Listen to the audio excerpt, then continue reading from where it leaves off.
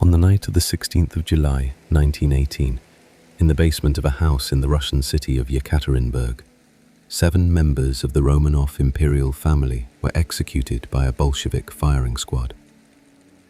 The family had been held there for months under house arrest after the revolution had swept their dynasty from power. The former Tsar Nicholas II, his wife Alexandra, their 4 daughters, Olga, Tatiana, Maria and Anastasia, their 14-year-old son Alexei, and 4 loyal members of their household who had refused to leave them. All of them, according to the official Soviet account, died in that basement on that night. But within weeks of the execution, a story began to spread. One of the daughters had survived. She had been hidden by a sympathetic guard, or she had escaped in the chaos, or she had been secretly removed from the house before the others were brought downstairs. The details changed with each telling, but the core of the story remained remarkably consistent. One of the Romanov daughters, youngest and therefore most likely, had not died in that basement. Anastasia was alive. This story would consume the next 70 years of European and Russian history. It would produce dozens of women who claimed to be the missing princess. It would generate one of the most famous legal cases of the 20th century. It would inspire films, operas, novels, and a mystery industry that outlasted the Soviet Union itself. And it would not be fully resolved, or at least not resolved to everyone's satisfaction, until the end of the 1990s, when the last pieces of a very old puzzle finally came together. Tonight, we are going to tell the whole story, from the basement to the forest, through the extraordinary decades of uncertainty and imposture and hope and grief, to the DNA laboratories of the 1990s, and to the quiet, unsettling question that the evidence answers, and the question that, even now, it does not quite put entirely to rest. Settle in. Let the room grow quiet. Let the world outside go distant. Because this is one of the great mysteries of the 20th century, and it deserves to be told slowly. Before we begin, if you enjoy this kind of quiet journey through history, consider leaving a like and subscribing to the channel, and drop your location and the local time in the comments. I always love knowing where in the world people are listening from tonight. Now, let us go back to the beginning. To understand the mystery of Anastasia, you must first understand who she was. Not the legend which came later, the girl herself. She was born on the 18th of June 1901, the 4th daughter of Tsar Nicholas II and Empress Alexandra. The 4th daughter. This detail mattered enormously at the time, because Russia's succession laws required a male heir, and Nicholas and Alexandra had been married for 7 years and produced 4 daughters before the birth of their son Alexei in 1904. Anastasia's arrival was greeted warmly, but without the national celebration that would have accompanied a boy. She was simply another daughter, the 4th, and at the time everyone assumed, not the last. She grew up inside a world of extraordinary luxury and extraordinary restriction simultaneously. The imperial family lived in the Alexander Palace at Tsarskoye Selo, a town outside St. Petersburg, in the seclusion that Alexandra had gradually built around them over years of retreat from public life.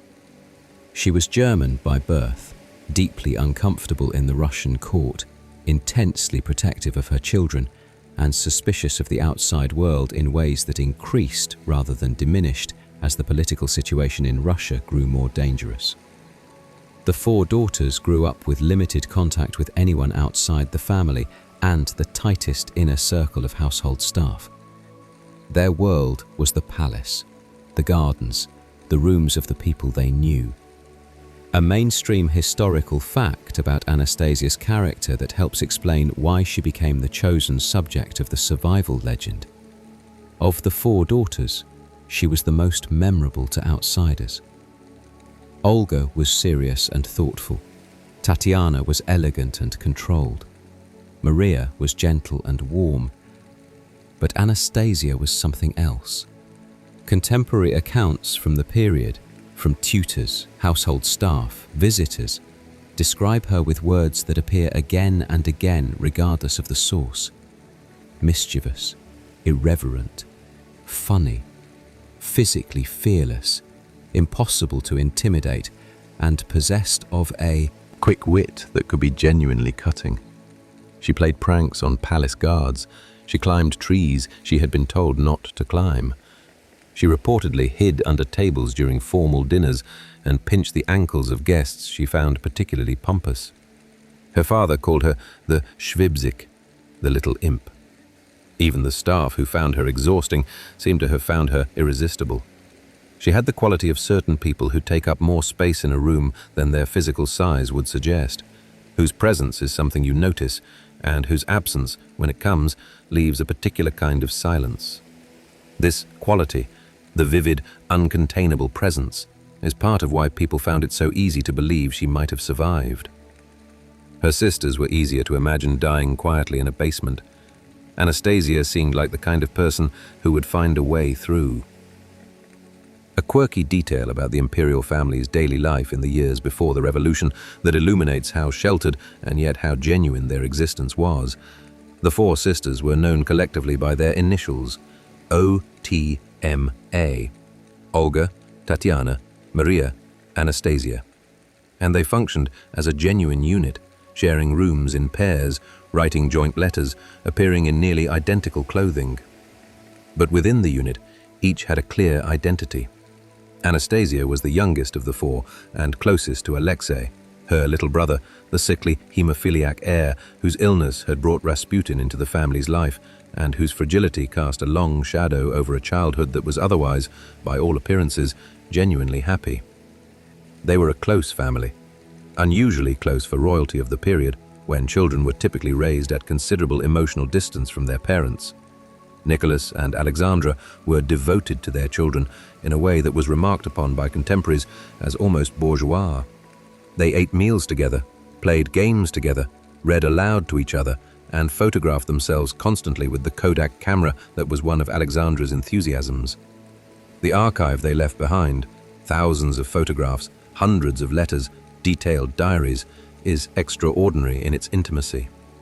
These were real people who loved each other. And this intimacy, this reality, is what makes the story of their end so hard to look at directly. Because the world they lived in was collapsing around them, and they either could not see it or could not bring themselves to act on what they saw. A mainstream historical fact about the family's political situation in the final years of the empire: by 1916, Russia was 3 years into the First World War, was losing it catastrophically, and the internal strains of the war, the economic collapse, the food shortages, the staggering military casualties, had pushed popular anger at the monarchy to a point of no return. Nicholas was a man of personal kindness and absolute political rigidity. He believed in autocratic rule as a divine obligation, and he could not compromise on it, even when compromise might have saved his family's lives. Alexandra believed that God was protecting them and that the Russian people, the true Russian people beneath the revolutionary agitators, still loved their Tsar. She was wrong about both. In March of 1917, the revolution came. Nicholas abdicated. The 300-year Romanov dynasty ended with a signature on a piece of paper. And the family, the Tsar, the Empress, and their 5 children, became, almost overnight, the most politically inconvenient people in Russia. What followed was a long, slow, deteriorating captivity. They were moved from place to place, from Tsarskoye Selo to Tobolsk in Siberia to Yekaterinburg in the Urals, as the political situation changed around them and the new Bolshevik government tried to decide what to do with them. They lived in diminishing comfort, with a decreasing circle of loyal servants, surrounded by guards whose attitude toward them ranged from professional indifference to hostility. Anastasia, throughout this period, remained herself. Letters and diary entries from the captivity, some from family members, some from household staff, describe her maintaining a kind of defiant energy that sometimes irritated the people around her and sometimes sustained them. She performed plays with her siblings. She teased the guards. She learned to bake bread when the family's food allowance was cut. She was 17 years old, and she was facing the end of everything she had ever known. And she seems, as much as one can tell from the fragments of evidence that survive, to have faced it without becoming a different person.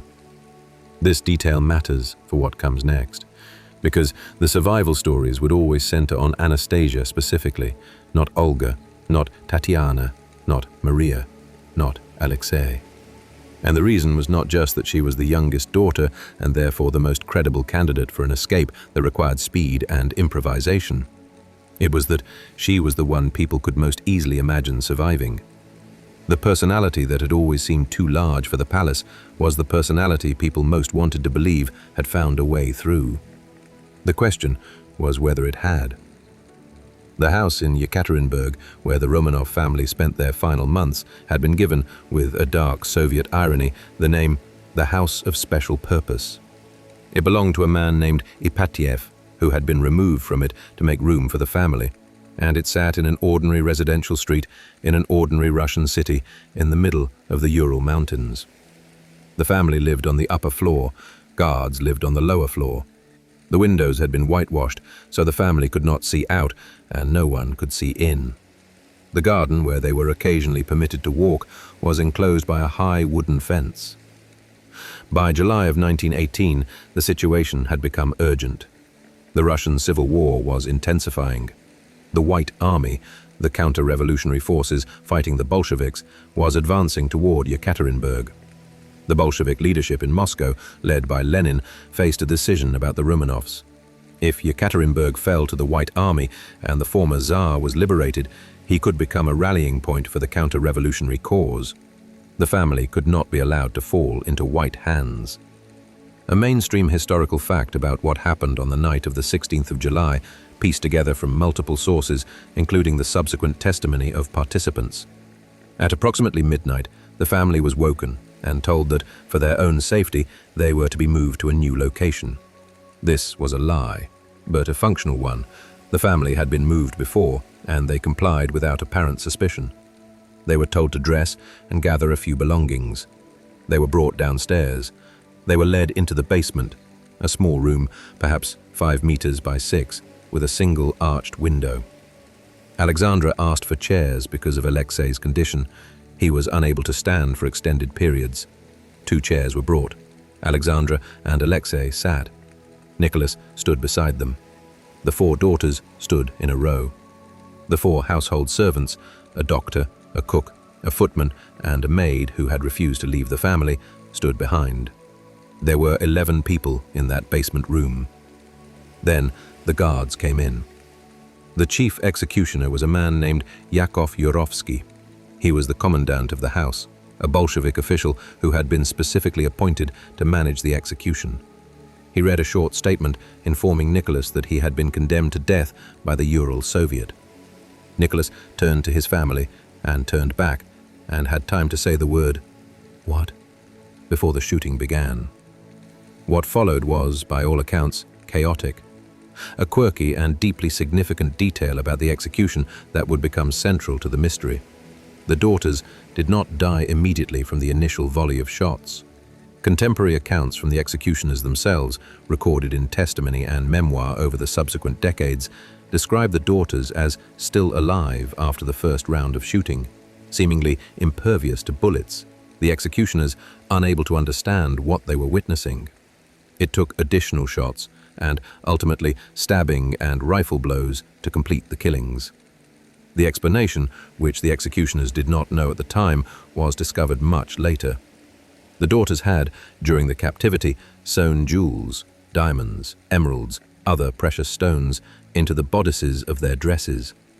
The jewelry had been distributed through layers of fabric as a practical measure, a way of keeping the family's remaining assets hidden and portable in case they needed to flee. This improvised armor was not intended to stop bullets. But the density of the jewels and the layers of fabric and the way they had been distributed did, apparently, deflect or absorb some of the initial shots, causing wounds that were serious but not immediately fatal. This detail, the daughters surviving the first volley, would later become one of the most important pieces of evidence cited by people who believed an escape had been possible. If one daughter had survived the shooting long enough to be alive while chaos reigned in that basement room, was it conceivable that she had somehow been removed rather than finished? The historical consensus on the straightforward answer is clear: no. The execution, however chaotic and prolonged, was completed that night. All 11 people in the basement were killed. Yurovsky himself wrote about it in meticulous detail in a memoir that was not made public until decades later, and his account is specific about the deaths of each family member, including all 4 daughters. But the bodies created their own mystery, because what happened to them after the execution kept the question open for a very long time. After the execution, Yurovsky and his men faced a problem: 11 bodies, a city that was expected to fall to the White Army within days, the need to dispose of the evidence completely, permanently, and secretly. What followed was, by any accounting, a logistical failure of considerable proportions. A mainstream historical fact about the disposal of the bodies that explains why the mystery was able to take root and grow for so long. Yurovsky's original plan was to burn the bodies and destroy the remains with acid in a location far enough from the city to be undiscoverable. The execution had taken place in the early hours of the 17th of July. By the time the bodies were loaded onto a truck and driven into the forest, it was already daylight. The planned disposal site proved inaccessible. The acid was insufficient to fully destroy the remains, and Yurovsky made a decision that would have enormous consequences for the mystery that followed. He buried the bodies in 2 separate locations. 9 bodies were buried together in one location, in a shallow pit under a wooden railroad tie laid across the surface to disguise the disturbed earth.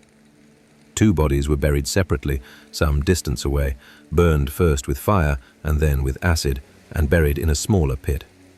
The 2 bodies buried separately were, according to Yurovsky's own account, Alexei and one of the daughters. He identified the daughter as Maria in some accounts and left the identification ambiguous in others. The Soviet government buried this information along with the bodies, and it would remain buried, literally, for 70 years. The effect of this separation was profound. When the first accounts of the execution began to leak out, when White Army investigators briefly captured Yekaterinburg and began investigating what had happened, what they found was evidence of a massacre, but not 9 separate bodies clearly accounted for. The evidence was fragmentary, confused, and deliberately obscured by the Soviet authorities, who quickly reasserted control. A quirky detail about the White Army investigation that illuminates how incomplete the picture was: the lead investigator, a man named Nicholas Sokolov, conducted a thorough examination of the Apatiev house and the surrounding forest in 1919, found substantial evidence of the executions, including personal belongings, charred remains, and physical traces of the killings, but did not locate the main burial site. He found enough to conclude that the entire family had been killed, and his report to this effect was authoritative. But because he had not found the actual bodies, there was always a crack in the certainty, always a gap through which stories could enter. And stories entered. Almost immediately after the execution, before the dust of the Civil War had settled, rumors began to circulate that one or more of the Romanov family had survived. The chaos of revolutionary Russia was the perfect environment for such rumors. Communication was disrupted, records were unreliable, and the Soviet government had every reason to control the narrative rather than provide evidence. The absence of bodies, in a country where bodies could not be reliably accounted for, was read by many people as the absence of deaths. By 1920, multiple women had appeared in Europe claiming to be one of the Romanov daughters. The phenomenon would continue, in various forms, for the next 70 years. But one claimant, above all others, captured the attention of the world, and she would sustain the mystery for longer than anyone who encountered her had imagined possible. Historians still debate how many women ultimately claimed to be Anastasia over the following decades. The conservative count is in the dozens. The more expansive count, including those who made the claim only briefly or in limited contexts, runs much higher. Most were dismissed quickly, their stories inconsistent, their knowledge of the imperial family insufficient to withstand scrutiny. But one woman's claim was different in kind from all the others, different enough to become the subject of a legal proceeding that lasted 30 years and was never conclusively resolved within the courtroom itself. Her name, the name she eventually settled on, was Anna Anderson. In February of 1920, a young woman was pulled from a canal in Berlin. She had jumped, or fallen, the accounts differed. She carried no identification. She would not say her name. She was taken to a hospital, then to a mental institution, and she remained there for 2 years, refusing to identify herself, responding to questions in a frightened and disoriented way, gradually revealing in fragments a story that the people around her found increasingly extraordinary. She claimed to be Anastasia Romanova, the youngest daughter of the last Tsar of Russia. She had survived the execution, she said, hidden beneath the bodies of her family. She had been rescued by a guard who had taken pity on her, carried out of Russia through a network of sympathetic helpers and brought to Berlin, where she had lost the will to continue and gone to the canal. The story was remarkable, but what made it more remarkable was that this young woman knew things. A mainstream historical fact about the early stages of Anna Anderson's claim that explains why serious people took it seriously. When she was first examined by individuals who had actually known Anastasia, former members of the imperial court, relatives of the family, people who had spent time with the Romanovs, a significant number of them concluded that she was genuine. Not all of them. The family was deeply divided. Some people who met her were absolutely convinced. Others were absolutely not. The same woman, examined by different people with equal familiarity with the real Anastasia, produced opposite conclusions. She knew details about the imperial family's private life that were not in any public record and that she seemingly could not have invented. The layout of specific palace rooms, the nicknames the family used for each other, the appearance of physical features visible only to people who had been close to Anastasia, a bunion on the right foot, a scar behind the ear. She spoke German and French, but claimed to have forgotten much of her Russian, which was itself plausible given the trauma she described. She had physical characteristics that some people who examined her found consistent with Anastasia's known appearance. Similar height, similar features, similar hands. But she also had gaps, significant gaps. She could not consistently recall things that Anastasia would certainly have known. She made mistakes about the imperial family's routine that someone raised within it should not have made. And her personality, cold, difficult, suspicious, prone to sudden rages and long silences, was very different from the vivid, mischievous, warm person that the contemporaries of the real Anastasia had described. A quirky detail about the way Anna Anderson handled scrutiny that became one of the central frustrations of everyone who tried to settle the question. She was deeply inconsistent in a way that could be interpreted 2 ways. Either she was a fraud who sometimes lost track of her own story, or she was a traumatized survivor whose memories were genuinely fragmented, who sometimes could not access information she did possess, and who compensated for her uncertainty with the difficult, defensive behavior of someone who had endured more than most people could imagine. Both interpretations were maintained simultaneously by serious people for decades. The legal proceedings that eventually formed around her claim, a lawsuit brought on her behalf to access the Romanov family's European assets that would belong to Anastasia if she were genuine, lasted from 1938 to 1970. 32 years of legal argument, appeals and counter-appeals in the German courts. The case produced an enormous body of evidence and expert testimony, and reached, ultimately, a conclusion that satisfied no one. The court found that she had failed to prove she was Anastasia. It did not find that she was not Anastasia. It found insufficient evidence either way.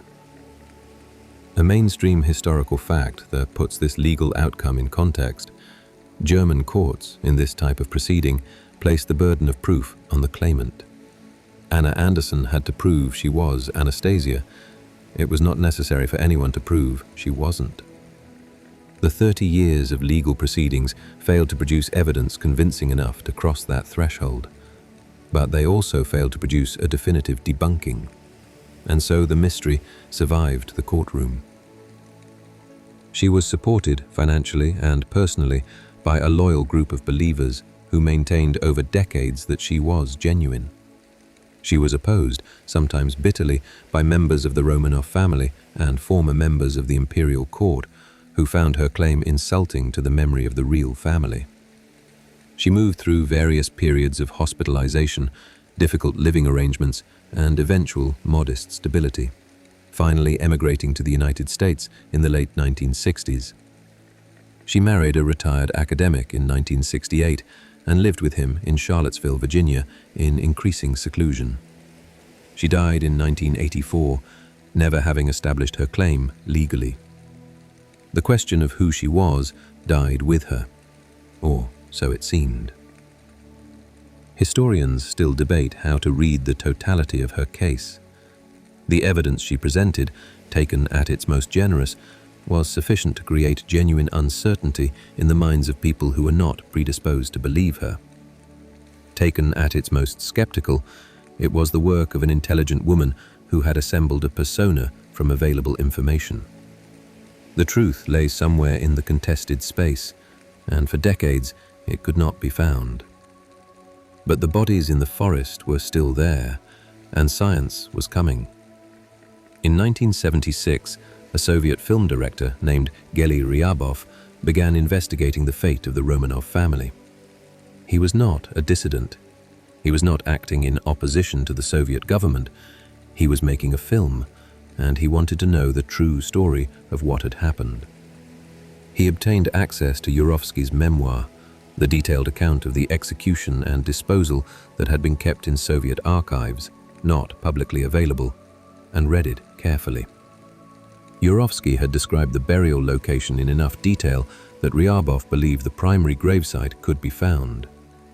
He obtained permission, informally, carefully, threading his way through a system that officially denied the grave existed, and began searching. In 1979, he found it. He located the shallow pit near Yekaterinburg in the forest the locals called Porosenkov Log. He opened it carefully. He found bones. A quirky and remarkable detail about what Ryabov did next, which tells you something about the Soviet Union in 1979, he reburied the bones. He closed the pit, replaced the wooden tie across the surface, and told almost no one what he had found. The Soviet system did not permit the public acknowledgement of what lay in that pit. Any announcement would require official permission that was not available. And so the bones waited another decade. It was not until 1989, with the Soviet Union in the final stages of its collapse, that Ryabov went public with what he had found. By 1991, with the Soviet Union dissolved, Russian authorities authorized a full excavation. The site was reopened. The bones were removed, examined, and subjected to the forensic science that had advanced enormously in the years since the burial. A mainstream historical fact about the forensic examination that produced the first definitive identifications. 9 skeletal remains were found in the primary pit. Forensic anthropologists determined that the remains were consistent with the Romanov family and their servants. And then the DNA testing began. The science of DNA identification had been developed to a sufficient level by the early 1990s to make this possible. Samples from the bones were compared with samples from living relatives of the Romanov family, including, crucially, Prince Philip, Duke of Edinburgh, who, as a descendant of one of Alexandra's sisters, could provide maternal DNA for comparison. The results were clear. 5 of the 9 remains were members of the Romanov family: Nicholas, Alexandra, and 3 of the 4 daughters. The identifications of the individual daughters were less certain. Techniques of the early 1990s could establish family membership more reliably than individual identity. But the family grouping was beyond doubt. 5 Romanovs, 4 servants. That was 9. The basement had 11, which meant 2 people were unaccounted for: Alexei and 1 daughter. Historians still debate exactly which daughter was missing from the primary pit, because the initial DNA analysis could not definitively distinguish between the 3 daughters whose remains were there and the one who was not. But the absence of a complete set, the absence of Alexei and one of his sisters, immediately reinvigorated the survival claims. Because here, at last, was physical evidence that something was different. For the people who had always believed one of the daughters had survived, this was validation. The question of which daughter became, briefly, a matter of intense speculation. And Anna Anderson's name was immediately prominent in those conversations, even though she had been dead for a decade. Because she had left something behind. Anna Anderson had died in 1984, but she had left a medical trace. In 1979, she had undergone surgery at a hospital in Charlottesville, Virginia. Tissue samples from that surgery had been preserved, as such samples routinely were, by the hospital pathology department. The samples still existed, and in 1994, researchers who had obtained them subjected them to DNA analysis. The result arrived quietly, without drama, in the way that most definitive answers arrive. The DNA from Anna Anderson's tissue samples did not match the Romanov family. A mainstream historical fact about the comparison that settled this particular question. The researchers compared Anna Anderson's DNA against 2 sources. First, against the remains identified as the Romanov family from the Yekaterinburg gravesite. There was no match. Second, against living descendants of the Romanov family who had provided samples for comparison. There was no match. Anna Anderson was not Anastasia Romanova. The DNA also suggested something else. The analysis identified characteristics consistent with Polish ancestry, and this opened a separate investigation that eventually produced an answer to the question of who Anna Anderson actually was. A quirky detail that closes one chapter of the mystery with an unexpected specificity. Records research pointed to a Polish factory worker named Franciszka Szankowska, who had disappeared from Berlin in 1920, shortly before the young woman was pulled from the canal. Physical descriptions of Franciszka matched Anna Anderson in several respects.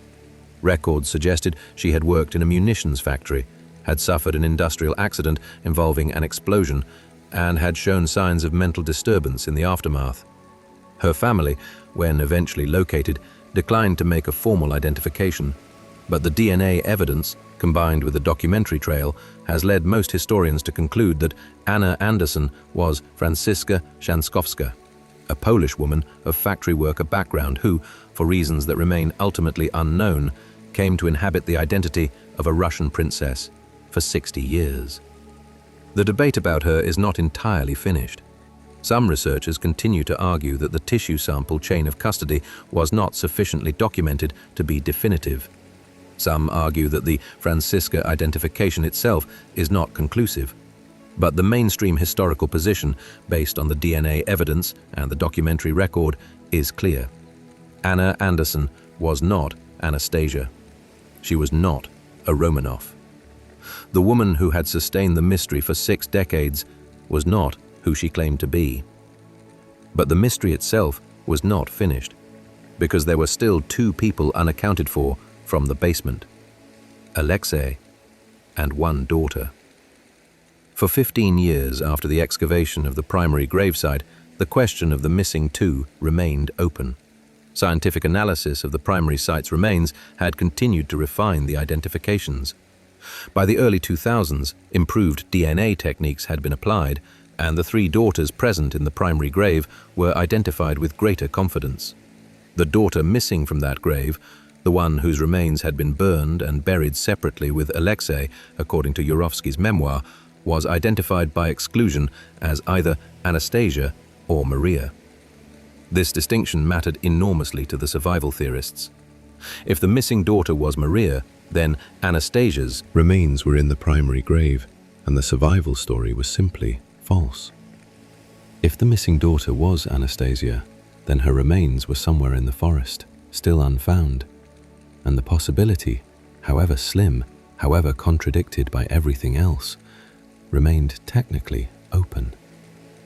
Then, in 2007, a team of Russian archaeologists working near the original gravesite made a discovery.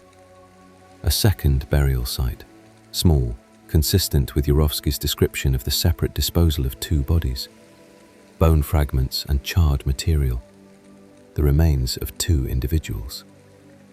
A mainstream historical fact about the 2007 discovery that seemed to close the story definitively. The remains were subjected to extensive DNA testing using multiple methodologies.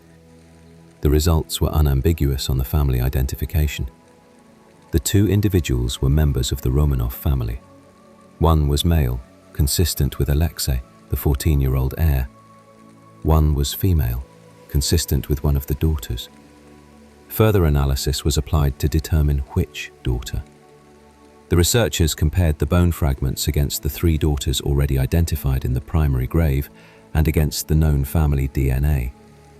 The conclusion of the analysis, published in 2009 by a team that included both Russian and American forensic specialists, was that the female remains in the second grave were consistent with Anastasia, or, more precisely, with a young female related to Nicholas and Alexandra, who was not one of the three daughters identified in the primary grave.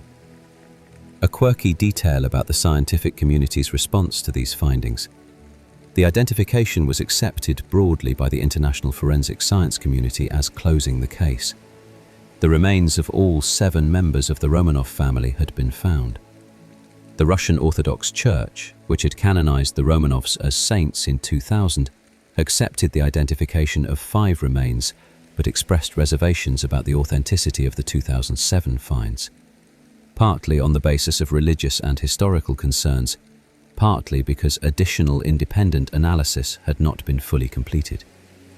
As recently as 2020, questions about the precise forensic methodology of the 2007 identification were still being raised in academic literature, not because anyone seriously disputed that the remains were Romanov, but because the standards of evidence in such historically sensitive cases are necessarily high. Historians still debate a smaller question that the DNA cannot fully resolve: whether the evidence is sufficient to certify, beyond all remaining doubt, that every member of the family was accounted for in those 2 forest sites. The scientific consensus says yes. A small group of researchers continues to argue that the chain of custody for the 2007 remains requires additional independent verification. Most people have accepted the answer. Most people. The mystery of Anastasia is, in one sense, finished. The DNA says so. The forensic science says so. The remains of all 7 members of the Romanov family have been identified in 2 forest graves near Yekaterinburg, and the girl who was buried in the second grave, burned with fire and acid by men who wanted to make absolutely certain she could not be found, was, with the highest confidence that modern science can provide, Anastasia. She was 17 years old. She died in a basement in July of 1918. She was buried in a forest that winter bore no name for her. And she stayed there, unknown, for nearly 90 years, while the world above her argued about whether she was alive. The mystery is, in another sense, not quite finished.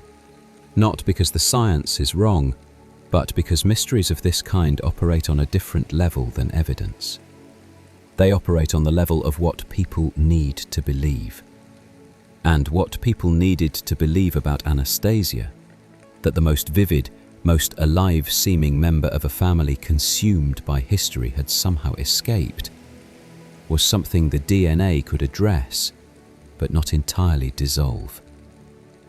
Anna Anderson believed she was Anastasia. The DNA says she was not. But what she believed she believed for 60 years, through poverty and hospitalization and legal defeat and the quiet American retirement, with a conviction that did not waver.